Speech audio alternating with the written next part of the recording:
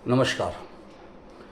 मैं प्रकाश मालगावे और आप देख रहे हैं दुनिया एक फसाना। पिछले वीडियो में जहां हम रुके थे वो विषय था कि दुनिया को समझने के लिए 4 महत्वपूर्ण डायमेंशन, आयाम। वो क्या है? व्यष्टि, समष्टि, सृष्टि और परमेष्टि। यह विचार जो है वे भारतीय विचारधारा के अंदर में प्रमुखता से अनेक ग्रंथों में लिखा गया है। व्यष्टि यानी व्यक्ति, व्यक्तियों के भी प्रकार कितने हैं। अब देखिए, हम भारत में रहने वाले लोग, हमारा रूप, हमारा व्यक्तिमत्व, हमारा रहन सहन, ये भारत में भी अलग अलग जगह अलग अलग है। फिर हम दुनिया की बात करें तो दुनिया का इतना विस्तीर्ण भूभाग के ऊपर में रहने वाला जन समुदाय, अब देखिए कितने अलग अलग ढंग से रहते हैं लोग। पृथ्वी के 6 खंडों में बटा हुआ मानव समाज बहुत विभिन्न तरीकों से अपने आप को प्रदर्शित करता है। बहुत अलग अलग जगह अलग अलग खान पान की व्यवस्था, अलग सलग संस्कृति, अलग थलग वेश, आचार विचार, चिंतन, कई जगह फर्क पड़ता है। हालांकि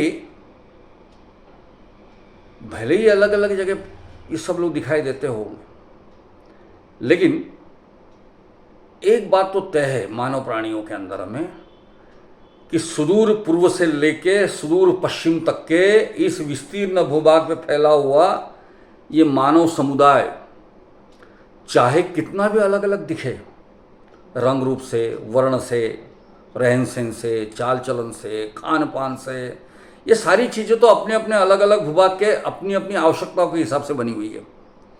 लेकिन स्वभाव के संदर्भ में अगर बात करें तो ये समुदाय जो है कहीं कोई फर्क नहीं है भाई। मैं बहुत सारे देशों में प्रवास किया है। मैंने जापान में एक बहुत बढ़िया मॉल के अंदर में छोटी सी बात पे 2 जापानीज महिलाओं को झगड़ते हुए जब देखा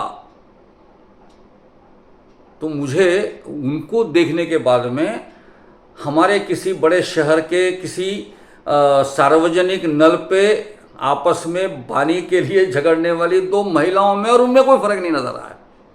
वही तरीका था, वही बालों को पकड़ना, वही एक दूसरे के ऊपर में दौड़ के जाना। वो देखने के बाद समझ में आया, अच्छा ये तो आदमियों के हिसाब, ये महिलाओं के हिसाब से हुआ।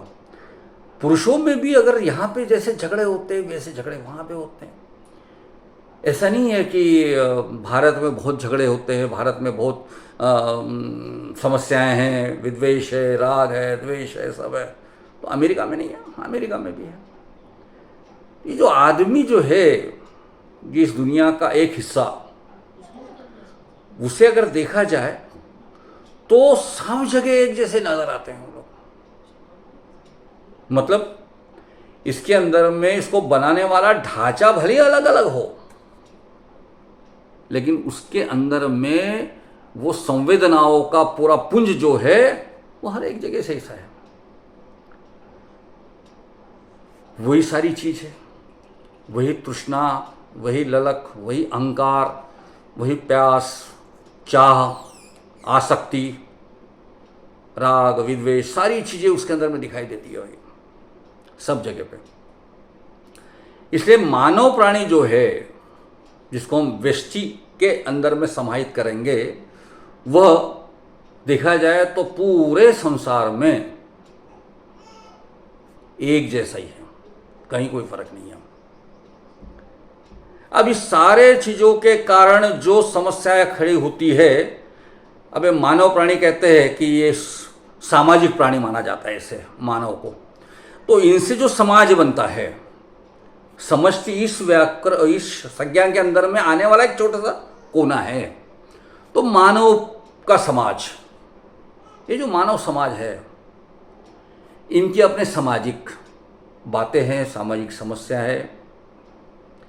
आगे जाते हैं तो इनके अंदर में फिर वो राजनीतिक विषय भी जुड़ता है, क्योंकि निश्चित रूप से जब समाज अपनी विकास की यात्रा पर आगे बढ़ा तो मनुष्यों के बाद उसका परिवार बना, परिवार के बाद समाज बना, फिर समाज बना तो समाज में एक प्रशासनिक व्यवस्था की आवश्यकता महसूस हुई, कुछ नियमन हो इस बात की आवश्यकता हुई, और ऐसा लगा कि इस नियमन के लिए कोई प्रशासनिक व्यवस्था होनी चाहिए। तो उस प्रशासनिक व्यवस्था के लिए फिर जो कुछ भी करना पड़ा उससे हम राजनीति कहना शुरू कर दिया। तो राजनीति की अपनी अलग समस्या है। फिर इस सारी चीज़ को संभालने के लिए अर्थव्यवस्था आया, लेन देन हुआ, आपस में परस्पर संबंध हुए, क्रय विक्रय की बातें हुएगी, कुछ आपसे लेना, कुछ मैंने आपसे देना, आपको देना, ये भी बात हुई। तो इसके लिए फिर अर्थव्यवस्था निर्माण हुई। तो समाज व्यवस्था, राजनीतिक व्यवस्था, आर्थिक व्यवस्था, फिर उसके अंदर में मूल्यों की बात हुई, फिर मोरालिटी की बात हुई, फिर कुछ इथिक्स की बातें हुई। ये सारी चीज़ें विकास के मार्ग पे चलते हुए जैसे जैसे डेवलप होते गई, उसका भी अपना एक बहुत बड़ा इतिहास है। उसके बाद हम अगर सृष्टि की बात करें तो सृष्टि है कहाँ से प्रारंभ होती है? एक पृथ्वी नाम का एक गोला जिसके ऊपर में हम सब लोग रहते हैं। तो ये तो हो गया हम सब लोगों का निवास। लेकिन इसके बाद भी इस सृष्टि के ऊपर जो विषय वस्तु है उसको हम लोग समझेंगे तो ये समझ में आएगा कि केवल हम ही नहीं हैं। सूरज एक सूर्य मालिका है, ये सूर्य मालिकाओं के बाद में आकाश गंगा है, आकाश गंगा के बाद में ब्रह्मांड है।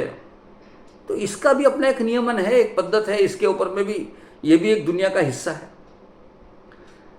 समष्टि के अंदर में जैसे व्यक्ति मैंने कहा उसकी अपनी सोसाइटी है, लेकिन समष्टि के अंदर में केवल इतना ही भाग नहीं आएगा, वो आएगा जिसके अंदर में चर अचर, पेड़ पौधे, प्राणी, पशु, जिसको पंछी, ये सारी चीज़ें जो है वो भी समष्टि में आते हैं। तो व्यष्टि का इन सब लोगों के साथ में कैसा संबंध, फिर जो समष्टि का सृष्टि के साथ कैसा संबंध, इसको व्याख्यांकित करने के लिए फिर समाजशास्त्र आया, फिर ग्लोबल आइडियोलॉजी आई। अभी एक विषय आता है कि ग्लोबल वार्मिंग हो गया। तो ये भी सारी चीज़ें एक दूसरे के ऊपर में कैसी डिपेंडेंट है, आधार लेके चल रही है, इसके ऊपर में भी चिंतन होना चाहिए।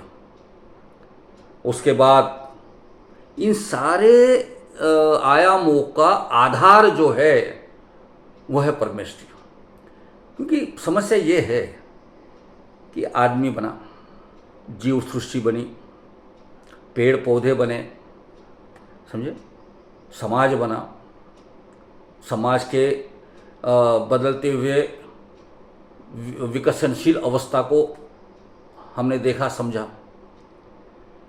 तो ये सारी चीज़ें समझने के बाद ये प्रश्न निर्माण होता है कि वो है कौन जिसने इसको बनाया?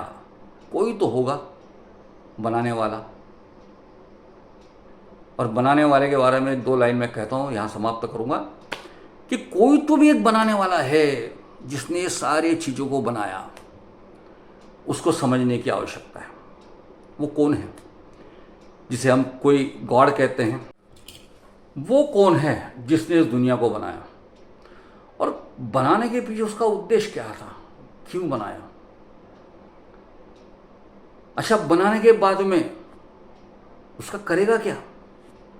ये भी प्रश्न है। क्यों बनाया ये समझ में नहीं आता। इसे कहाँ तक ले जाएगा ये नहीं मालूम।